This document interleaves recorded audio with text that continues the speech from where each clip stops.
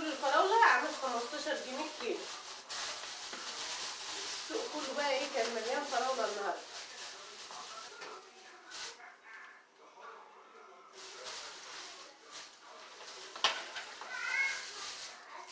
الليمون ده عامل الكيلو ب10 جنيه. تمام، الكيلو ب10 جنيه.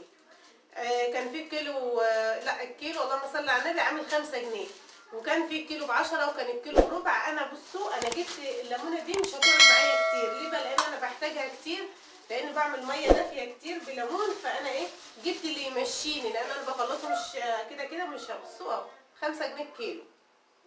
تمام.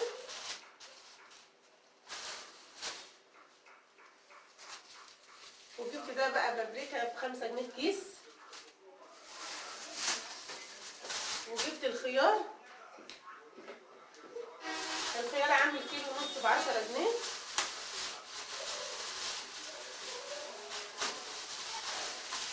الكيس اللي هيغلفني هقطعه، اللي مش هيغلفني هسيبه.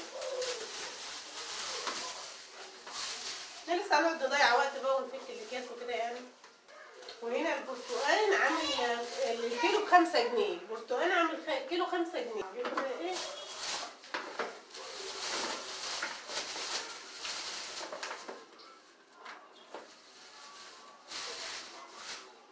اكتبوا لي في الكومنتات تحت قولوا لي الاسعار عندكم عامله ايه.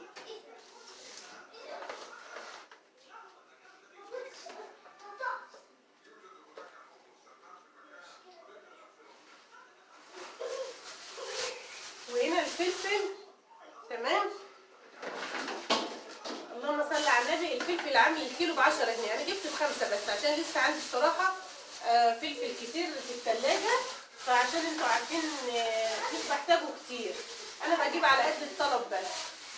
فانا جبت ايه الكيلو عامل ب10 جنيه. هنا بالثوم انا جبتها بقى من الاسبوع اللي فات. الثوم اهو انا جبت ب5 جنيه بس عشان عندي من الاسبوع اللي فات اهو. الثوم ما جرالوش اي حاجه خالص اهو، ويمكن كمان بقاله يا الثوم اهو. الثوم اهو القرن بقى اللي هو الوحش اهو. الثوم اهو.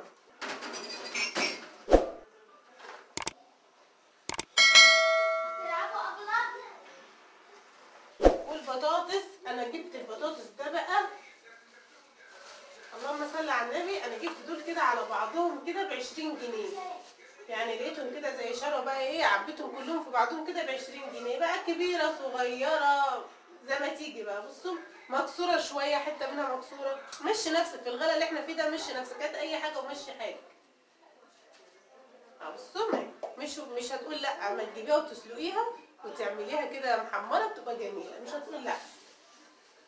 فانا جبت ده عامل هو اصلا كان بيبيع الكيلو ب5 جنيه. انا جبت الكيس ده ب20 جنيه. ده عامل نص كيلو كنافه عامل 10 جنيه. تمام. وبرده الجلاش جبت نص كيلو جلاش كده اعمله للولاد كده في السهره ان شاء الله. برده هعمله معاكم باذن الله. برده النص كيلو عامل 12 جنيه بس انا جبته ب10 جنيه. قال لك النص كيلو ب12. تمام. وجبت بتاع اللي هي التوزيع بتاع القراقيش دي للولاد. تمام. وجبت هنا بقى اللي هو البلح العدوى والبلح اهو. العدوى والبلح الولاد برضو بيحبوها.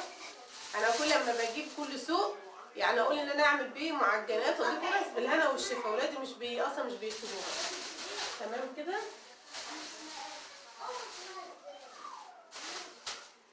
طلبات الاسبوع النهارده كانت سهله وبسيطه جدا، او كانت بسيطه بس كانت غاليه جدا يعني عشان غلاء السوق وكده وغلاء الاسعار. فالحمد لله على كل شيء. ربنا يهون علينا يا رب ويسترها معانا كده ومعاكم، ويهون علينا اللي بيحصل لنا في الدنيا ده والله. الفيديو بتاعي ربكم الفيديو بتاعي عجبكم. ما تنسونوش بقى في اللايك والشير وسبسكرايب لأم آية.